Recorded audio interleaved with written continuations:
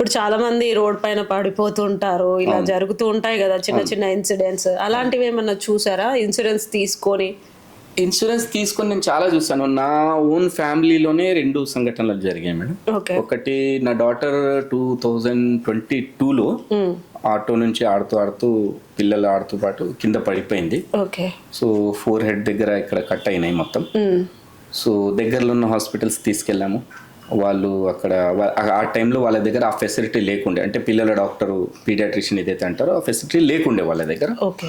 వాళ్ళు ఏమన్నారంటే near by hospital shift చేసుకోండి అంటే మేము రెయిన్బో చిల్డ్రన్స్ హాస్పిటల్ మాకు తెలిసిన డాక్టర్ ఉండే అక్కడ షిఫ్ట్ చేసినాము. Okay. So no doubt first తీసుకెళ్లే టైంలోనే పాప షాక్లో ఉండే కొంచెం, ఎందుకంటే పెద్ద దెబ్బ తగిలింది, చిన్న ఏజ్ 9 years, ఆమెకి ఏం అర్థం కాదు. So no doubt rainbow hospital వాళ్ళు చాలా మంచి ట్రీట్మెంట్ చేశారు. ఫస్ట్ షాక్ నుంచి బేబీని బయటకు తీశారు. తర్వాత మొత్తం ఆ రోజు హాస్పిటల్ ఐసీలో షిఫ్ట్ చేశారు. చాలా మంచి ఎక్విప్మెంట్స్ ఉన్నాయి, అప్ టు ది మార్క్ ఉన్నాయి. తర్వాత ఫైనాన్షియల్ కౌన్సిలింగ్ అనేది ఉంటుంది వాళ్ళ బిల్లింగ్. సార్ 4-5 లక్షలు ఖర్చు అవుతుంది అన్నారు. Sir money is not a criteria అని చెప్పిన. ఓకే సార్ అన్నాను. నెక్స్ట్ డే సర్జరీ చేశారు. ఒక 5 days పెట్టారు మేడం, మంచిగా ట్రీట్మెంట్ చేసి అవన్నీ ఐసీయూ మొత్తం ఫుడ్ కానీ మాకు కూడా మంచి రూమ్ ఇచ్చారు. 5 lakhs అయింది. టోటల్ 5 లక్షలు ఇన్సూరెన్స్ క్లెయిమ్ అయింది. ఐసీసీ పాలసీ నాది ఏదైతే ఉందో ఐసీసీలో మొత్తం 5 లక్షలు క్లెయిమ్ అయింది. నేను రూపాయి కూడా కట్టలే. ఏదైతే నేను నా మిస్సెస్, ఎందుకంటే పేషెంట్కి ఫుడ్ పాపకి ఇస్తారు కాబట్టి నేను నా మిస్సెస్ ఏదైతే ఫుడ్ ఎక్స్పెన్సెస్ ట్రావెలింగ్ అంతే ఒక 5,000 తప్ప లేదా 10,000 మేము మా ట్రావెలింగ్ పెట్టుకున్న తప్ప మేము హాస్పిటల్కి అయితే రూపాయి కట్టాలి మేడం. మొత్తం ఇన్సూరెన్స్ లోనే కట్ టోటల్. అదే పరిస్థితిలో ఇన్సూరెన్స్ లేదు అనుకుందాం, ఏం చేయాలి? అప్పుడు ఏమయ్యేది పరిస్థితి? అప్పులు అయ్యేది, ఉన్న సేవింగ్ పోయేది, బంగారం అమ్మాలి, ఇల్లు తాగా, ఇవన్నీ రీజన్స్ వస్తాయి. సో అలా కాకుండా లాస్ట్ ఇయర్ మా ఫాదర్ కూడా హార్ట్ స్ట్రోక్ వచ్చింది. 2024 సెప్టెంబర్లో అయింది. మా ఫాదర్ కూడా స్ట్రోక్ వస్తే నియర్ బై హాస్పిటల్ తీసుకొచ్చి, ఏజ్ ఉన్నారు కాబట్టి ఆ ఏజ్లో వస్తుంది, 60 పైన ఉన్నారంటే ఇంకా స్ట్రోక్ రావడం కామన్, అది తీసుకెళ్ళాము. 4 రోజులు ఏదైతే హాస్పిటల్ పెట్టామో ఆయనకి రికవర్, అంటే బీపీ టోటల్ డౌన్ వెళ్ళిపోవడం వల్ల ఆయనకి బాడీలో ఏం లేదు మొత్తం, అంటే నీళ్ళు కూడా లేవు, డ్రై అయిపోయింది అన్నమాట బాడీ టోటల్. అంటే ఐవి ఫ్లూయిడ్స్ అవన్నీ ఇచ్చేసి నార్మల్ పొజిషన్ తీసుకురావడానికి 4 days పట్టింది. దానికి 4 లక్షలు అయింది. మళ్ళీ డిశ్చార్జ్ అయ్యారు. ఒక 1 week బాగానే ఉన్నారు. ఫుడ్ మీద వచ్చారు, మెల్లమెల్లగా ఫుడ్ చపాతీ అవన్నీ వచ్చారు. 1 week తర్వాత యాంజియోగ్రామ్ చేయమన్నారు డాక్టర్స్, అడ్వైజ్ చేశారు. ఎందుకంటే హార్ట్ బీట్ ఆయన ఏమంటారు దాన్ని, అస్తమా అలాగా వస్తుంది ఆయనకి, ఎందుకైనా మంచిది హార్ట్ టెస్ట్ చేద్దాము, యాంజియోగ్రామ్ చేద్దాం అన్నారు. అది కూడా ఇన్సూరెన్స్లో వస్తుంది సార్, మీరేం పే చేయాల్సిన అవసరం లేదు అంటే, okay what best you can do, మీరు ఏది మంచిగా అనిపిస్తే చేయండి సార్ అని చెప్పిన. ఎందుకంటే మనం డాక్టర్స్ కాదు కదా.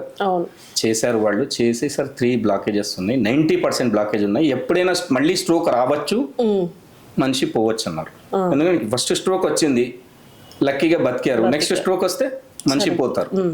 సరే సార్ స్టంట్లు వేసింది అని చెప్పి 10 లక్షలు అయినాయి మేడం. సో బీపీ కంట్రోల్ అంటే ఆ పొజిషన్ నుంచి ఆ హాస్పిటల్లో ఉన్న 4 లక్షలు, మళ్ళీ హాస్పిటల్లో పెట్టినందుకు 10 లక్షలు, మళ్ళీ మా పాపది 5 లక్షలు, అంటే మొత్తానికి 19 లక్షలు నా ఒక్క ఫ్యామిలీకి అయినాయి. అది నా బ్యాడ్ లక్ అనుకోండి లేదా గుడ్ లక్ అనుకోండి.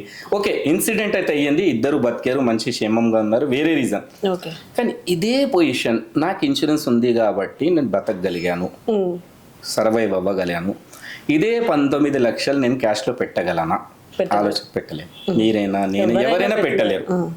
సో నాకైనా ఇన్సిడెంట్ వేరే వాళ్ళకు రావచ్చు, దీనికంటే చిన్నది రావచ్చు లేదా దీనికంటే పెద్దది రావచ్చు.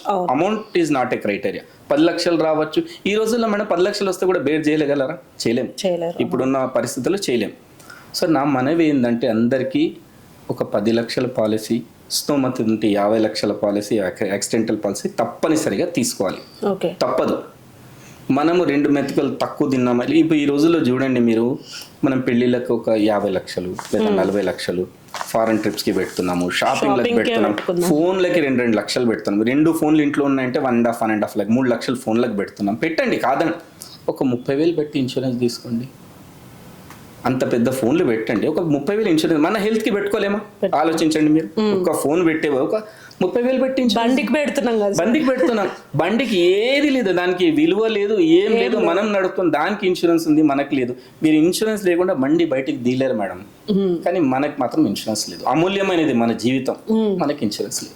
ఏం లేదు, బండికి ఉందంటే మనకి లేదు. సో మనం ఏ స్టేజ్ లో బతుకుతున్నాం మీరు ఆలోచించు.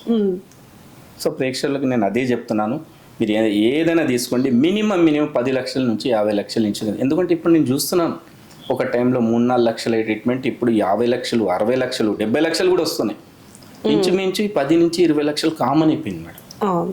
ఒక ఏజ్ వచ్చిన తర్వాత వస్తాయి. అది రాకూడదని మనం కోరుకోవాలి. ఎవరు రావాలని కోరుకోరు, రాకూడదనే కోరుకోవాలి, రాకూడదనే ఇన్సూరెన్స్ తీసుకోవాలి. వస్తే మాత్రం పనికొస్తుంది ఎవరైనా ఎవరికైనా కానీ. పనికొస్తుంది. ఎందుకంటే యాక్సిడెంట్, వ్యాధి ఏజ్ ని బట్టి రాదు. అది 4 సంవత్సరాల పాపకు కూడా రావచ్చు, 40 సంవత్సరాల అబ్బాయికి కూడా రావచ్చు.